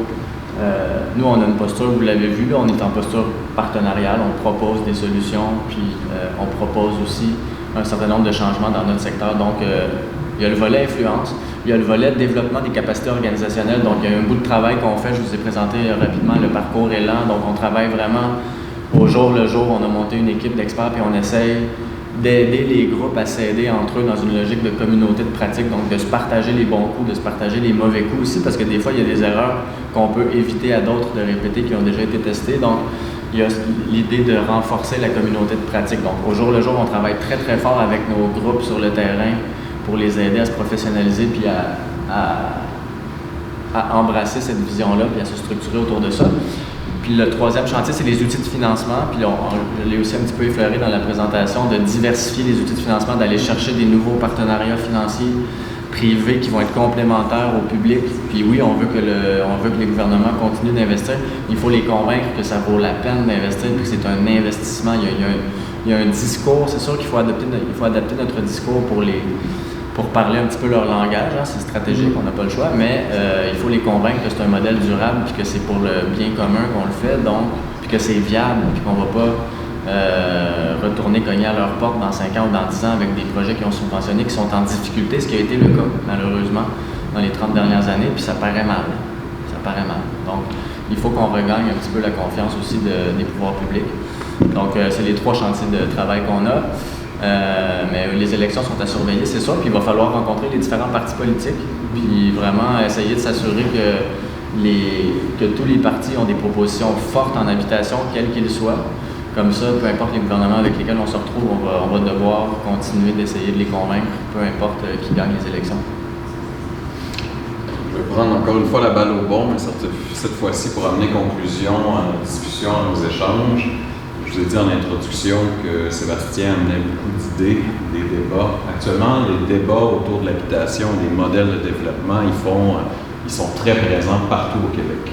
Puis nous, comme organisme qui vise à amener un champion développeur pour l'Est du Québec, on vit ces débats-là au quotidien, en rencontrant les organismes présents sur le territoire et en tentant de penser comment on peut être en complémentarité. Je pense que moi, quand j'écoute Sébastien, j'écoute les membres de l'achat, j'écoute les débats qu'il y a, moi, je tente de reformuler un peu ce débat-là entre dépendance et autonomie.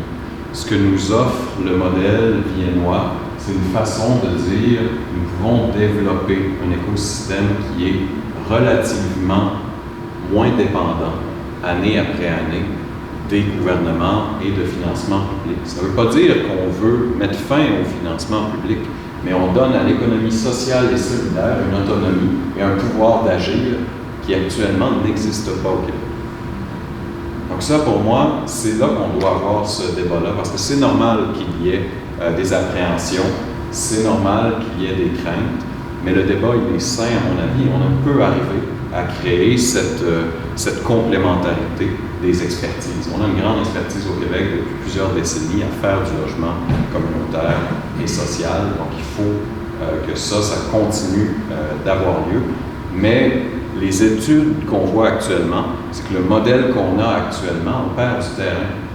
Et on ne peut pas arriver à investir 8 milliards par année au Québec. Prenant acte de ça, qu'est-ce qu'on doit faire? Bien, on a une solution ici que nous, on propose actuellement. Et comment on peut faire pour qu'il y ait un maillage entre l'existant et peut-être une solution émergente pour qu'ensemble, on ait plus d'ambition. Et que là, dans les années 90, on avait 9% de logements hors marché. On glisse vers le 5% actuellement pour renverser la tendance et rapidement arriver au 20%. Peut-être que d'autres personnes que moi et que Sébastien parleront de 40%, de 60% dans l'avenir. Donc cette ambition-là, elle passe par ce débat-là, à notre avis. Donc c'est un peu notre motivation à amener achat dans l'Est du Québec par la personne ici de Sébastien et les idées inspirantes qu'ils ont. On a eu la chance de s'abreuver au sein d'une communauté de pratique extrêmement stimulante. Puis on pense qu'il faut continuer ce débat-là de façon sereine sur notre territoire en pensant à l'avenir et à un certain degré d'ambition. Sur ces mots de la fin qui explicitent un peu notre motivation à accueillir Sébastien, je vous inviterai à me joindre pour le remercier. Merci Sébastien.